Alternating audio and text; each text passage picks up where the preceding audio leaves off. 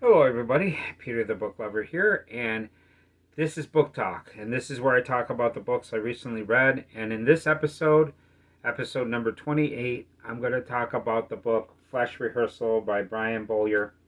Also, I'm going to talk about doing an audiobook of this book. So let's talk about it.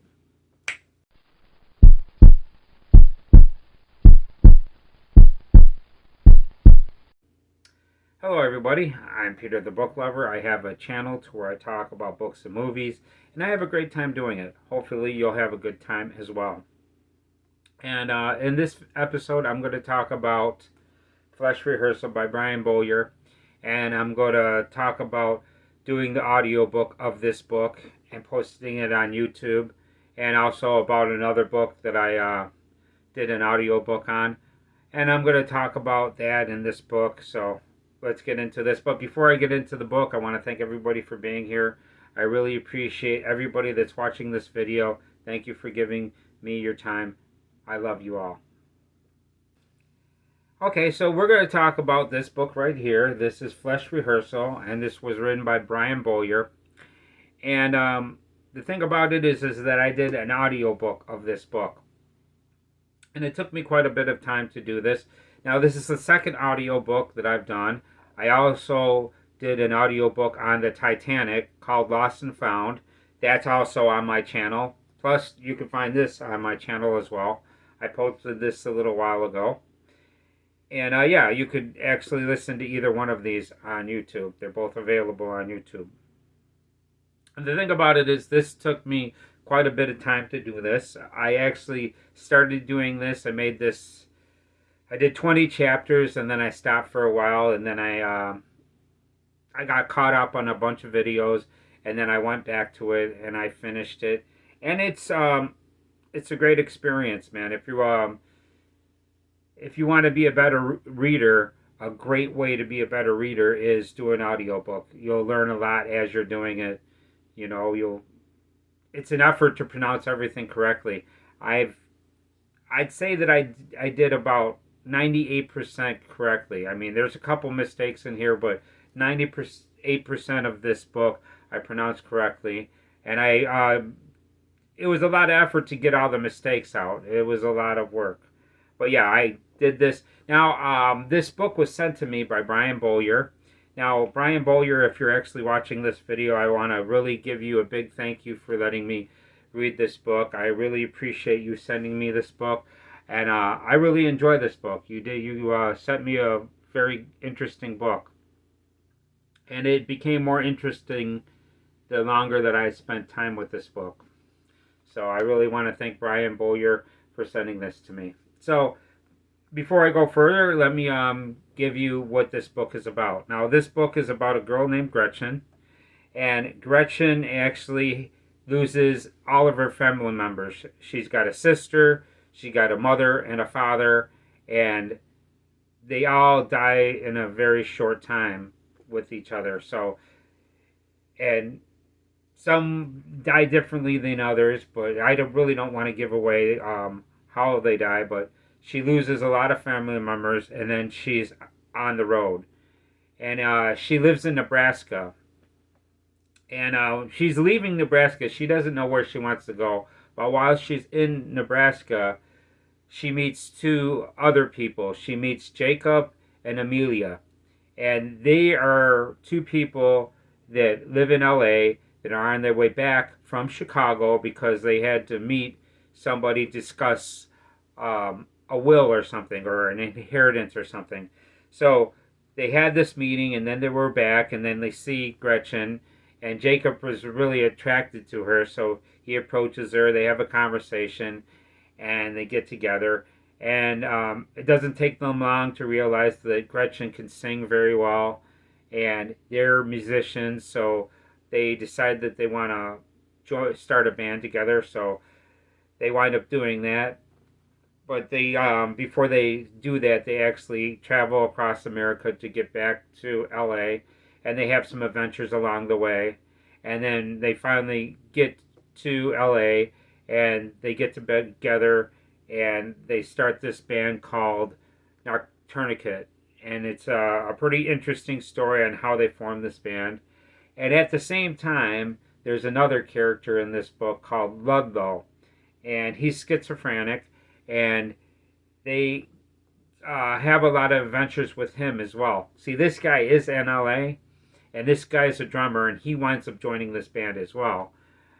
But before they get together, we have adventures with Ludlow, and because him being schizophrenic, whenever he does drugs, he has these weird events, and they're really interesting to read. I like a lot. A lot of his story is the really interesting part about this book, and so we've got him, and then he also meets another character named Raven. Now, Raven is a girl that actually knows how to fight really well, and we find this out because we join her and we see her in a couple boxing matches, and she really knows how to fight really well, and she's pretty deadly. And so everybody winds up meeting with each other, and they form this band, a Tourniquet. And there's also a couple of other characters. We've got Ludlow's father, which is Dominic, and Dominic is the person that runs a bar. It's like the Underground, I believe it's called, and there's a lot of time we spent with Dominic, and we also meet the mother of Amelia and Jacob, and that is Victoria, and she's a piano teacher, and she's really into music as well, and they're very supportive. They live in this big mansion, so they invite Gretchen to live with them, and it turns out really well. And then Gretchen winds up falling in love as the story progresses, and this is also kind of a love story between Gretchen and her new lover, and it's pretty interesting, the love story between her and this other person that she gets together with, and they have adventures. They go to Disneyland, they see a psychic, and all kinds of stuff like that. And while this is all going on, we got the Ludlow story. That's a big part of it. There's another character in this book, and that is the lobotomizer.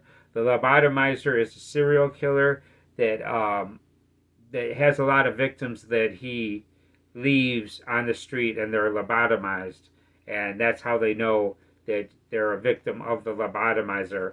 And he's doing a lot of stuff while this whole story is going on, and you keep on hearing a bunch of reports about the lobotomizer, and everything gets connected with everything, and this story kind of connects with each other. Now, there's also ghosts and vampires in this story, and a couple other things. There's a couple of Halloween parties. There's a lot of holidays mentioned. There's one part of this book to where two people are having conversation, and they're pyromaniacs, and it's really interesting because they talk about these fires that happen in history, and it's Brian Bowyer did a lot of research to put this book together. And there's a really nice twist at the end of this book that I really don't want to give away. But yeah, it all winds up wrapping up, and it's a pretty interesting story. Now, the thing about it is, if you're faint-hearted, there's a part of this book that is very extreme. It's very extreme, and it's a very graphic part of this book. There's also a lot of drug use and a lot of underage drinking in this story as well. But there is just one part, and the thing about it is it's not a big thing because it's only one part of this book has this extreme part to it. So it's really not that bad. I when I first read it, it's a little bit over the top, and it was surprising to me. But then reading it again, and now that I know the story, it's really not that big of a part of the story, and it's not I don't know. I really don't want to give it away, but there's one extreme part to this book that some people might be really shocked by it. But other than that, this book is a really good book. I really enjoyed it. On the back of the cover, it says, "Fans of Clive Barker, Stephen King, and Poppy Z. Bright will love this chilling novel." And the thing about it is I'm not really familiar with Clive Barker. I just know the Hellraiser movies, and I like Hellraiser 1, 2, and 3. Not 2 as much as Hellraiser 1 and Hellraiser 3, but and I've a couple other things by Clive Barker. I read a couple of the short stories of the Books of Blood. So I'm not really familiar with Clive Barker a lot, but I am very familiar with Stephen King, and I could kind of see some similarities to Brian Bowyer's writing and Stephen King's writing. You know, there's some similarities right there because some of the things that happen in this book are like pretty mystical. Like I said, there's ghosts and vampires in this book. But Poppy Z. Bright, I've never read anything by that person, so I'm not familiar with that person. But yes, this was a pretty interesting book. I liked it. Now the thing about it is when I first read this book, had a I would have gave it a star less than I'm going to give it. And yeah, that's pretty much all I really want to say about this book. Please check out the audiobook. It's on my, on my feed. Just go through my videos and you'll find it. It's got this image on the cover of it. And then I also check out the Titanic Lost and Found. That's a very interesting audiobook. And look forward to more audiobooks in the future. It's a pretty satisfying task because, even though I haven't got a lot of views on it as I'm doing this video, it was still satisfying to be able to do this because it's when you get to the end of it, especially when I got to the end of this, I was very happy that I was able to accomplish this task. So okay, the last thing that I want to do is rate this book, and I'm going to give this book, drum roll please, I'm going to give this 9 out of 10. And the thing about it is, when I first read it, before I finished the audiobook of it, I was going to give it an 8 out of 10. But because after finishing the audiobook, I've been through this book about 3 or 4 times because I had to keep on listening to it to check for mistakes and then fix the mistakes. So it was a challenge to get this done. But yes, I'm going to give this a 9 out of 10, and that is Flesh Rehearsal. Okay, so that's the video. I hope you enjoyed it. If you did enjoy it, please do me a favor and hit that like button. It means a lot to me, or don't. But if you do, it really makes me happy when I see the like buttons. I could use more of them, that's for sure. And please let me know what you think in the comments. I'd love to hear from you. It's my favorite part of doing this. I love communicating with the audience. At this point, I communicate with everybody. I don't ignore anybody in the comment section. And if you've subscribed to my channel, I hope you're enjoying my videos. But if you haven't subscribed, please do me a favor, subscribe to my channel. I make 2 videos a week, and I'm constantly trying to improve the videos that I'm making, although I still need a lot of work. I'm far from perfect, but I am working to get better, so that's about it. I am Peter the Book Lover. I want to thank you for coming by, and I hope to see you in the next video.